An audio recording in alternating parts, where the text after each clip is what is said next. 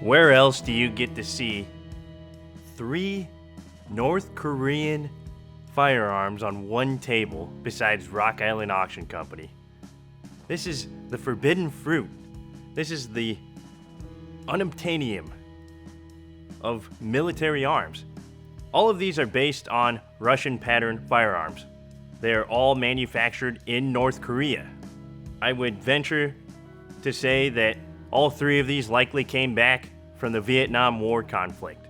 In front of me, I have quite possibly one of the most desirable SKSs in existence, the Type 63 North Korean SKS.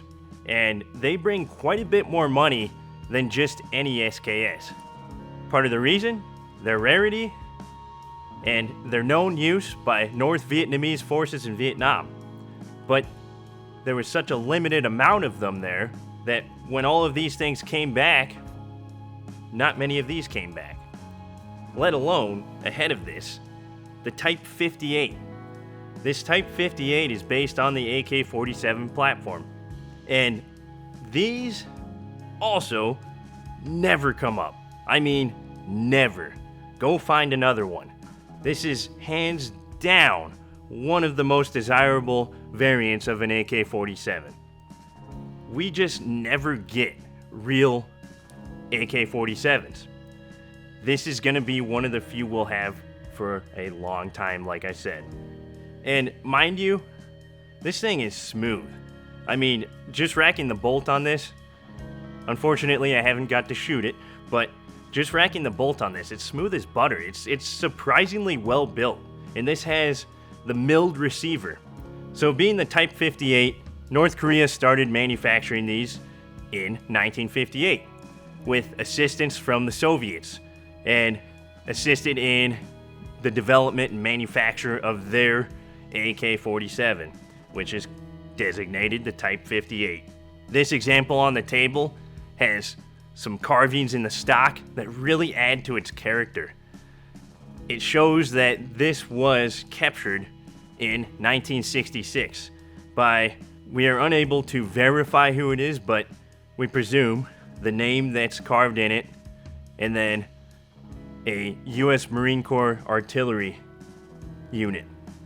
So at the front of the table, we have what looks to be a Tokarev, but not just any Tokarev, a North Korean Tokarev, and it is a completely different animal than just about any Tokarev you'll ever find.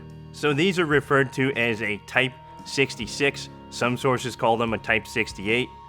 This example on the table is actually dated 1966 on the slide.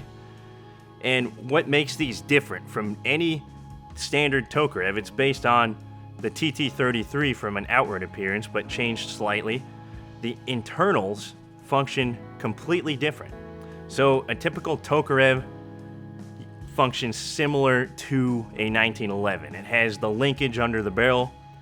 These are redesigned and function similar to a Browning high power with a cam surface underneath the barrel. Just an unbelievably rare Tokarev. This will be probably one of the most expensive Tokarevs you'll ever see come through Rock Island Auction. And honestly, quite a bit more uncommon than a Russian Tokarev even in the collector's world today. So being manufactured in North Korea, we never see guns made in North Korea come through Rock Island Auction Company. Now, most of these were actually made for export to different countries. So part of the reason why a lot of these came back is because they were intended to be sent to the North Vietnamese forces, military forces. All of these guns are military guns. Civilians do not use these. These do not come up on the civilian collector market very often. These were all intended as military firearms. Some of these also got recovered in Grenada in the early 1980s when the US was over there. So that's where some of these turned up. This one, mind you, probably for sure was Vietnam.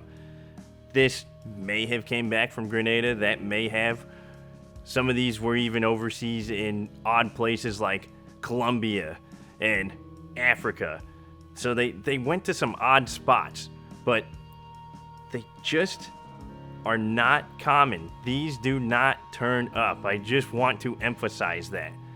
This is the forbidden fruit right in front of me, and the fact that we have all three of these on one table in one spot, the fact I'm even sitting in the same room as these, is just unreal to me.